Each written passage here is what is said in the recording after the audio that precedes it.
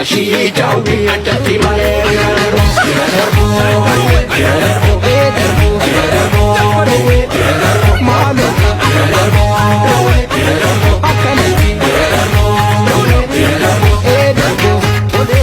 Baga bacaqii gannaa nagaan baatanii booqaa birraatiin isin gahe daawwattoota keenya kabajamoo fi jaallatamoo jala bultii ayyaana irreechaa bara 2025 akka Itoophiyaatti 2018tiin baga isiniin gahe isiniin jennagaa akkuma beekamu ayyaanni irreechaa bara baraan waggaan jechuudha kan magaalaa Finfinneetii fi Bishooftuu akkasumallee kutaalee Oromiyaa garagaraa keessatti kabajamuun beekamu irreecha tokkummaa kan jaalalaa kan gammachuu jechuun kan tokkummaa jechuun Oromoon yeroo adda addaatti kan dubbataa turtee har'a gaaqee abbaa keenya keessatti jechuudha ayyaaneffatamuu deema hirreeffatamuu deema ammallee irra deebiin hundi keessanuu baga nagayaan booqaa birraatiin isin gahe jechuu barbaanna jechuudha. Akkuma beekamu ganna kana keessa Itoophiyaa keessatti waa hedduutu jira jechuudha.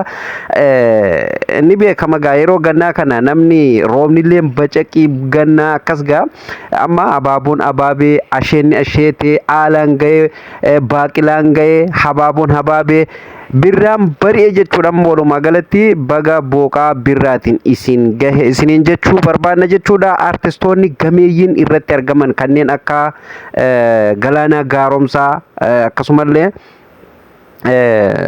Yoosan Geetahuun, artistii Buulesaa Adeeroo, Qamar Yuusufaa, Leencoo Guddinaafaa namoota baay'ee artistoota baay'eetu irratti argamee akkasumallee irreeffatuuf deema jechuudha. Warreen koonsartiif qophaa'an isaan kana jechuudha. Namoota baay'eedha gaa'ii Gadaa Hamdaa jedhiin akkasumallee Guutuu Abarraa jedhiin artistoota baay'eedha jechuudha. Akkuman fuuldura taampileena viidiyootti isiniif dhiyeesse suuraa isaanii jechuudha. Hundumaafuu baga gammanne baga gammaddan warri bara dheengaddaa irreeffate kan baran hin irreeffatin hedduutu jira. Boolaan keenya kan nu bira darban jechuudha.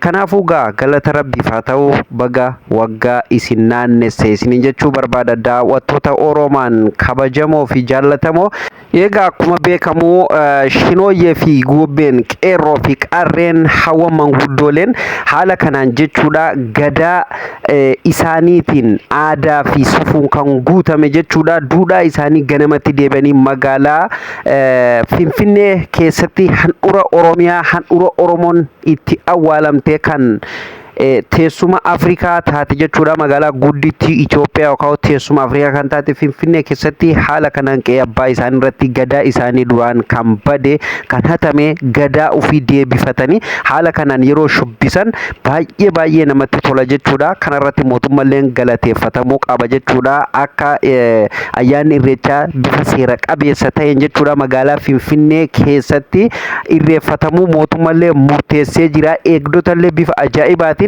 qopheessee jira. Kanarratti immoo mootummaan galateeffatamuu qaba. Aadaan kun bade jedhamee gadaan kun bade jedhamee bakka silaa gadaan kun du'ee jedhamee Oromoon gadaa ofii dagatee aadaa ofii dagatetti immoo haala kanaan biyya ofiirratti gadaa ofii akkasumallee aadaa ofiitii fi haala ittiin guddina yookaan seera ittiin bulmaata Oromoo haala kanaan addunyatti argisiisuun baay'ee kan namatti toluu fi egaa akkuma beekamu irreechi bara 2017 hedduu diinota hedduu naasisee ture. Kan baranaa kun san caala akka diina naasisuu fi akka saba gammachiisu abdii qabna jechuudha daawwattoota keenya.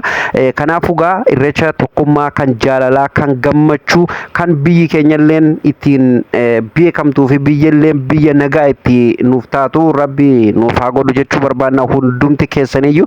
Egaan daawwattoota keenya baga bacaqii gannaa keessaa isin baasee booqaa birraatiin isin gahe jechuu barbaanna jechuudha. Viidiyoo gabaabaan har'a waa'ee ayyaana irreechatiin wal qabatee isiniif waraabe kana fakkaata jechuudha. Viidiyoo biraatiin amma walitti deebinutti nagaa ta'a.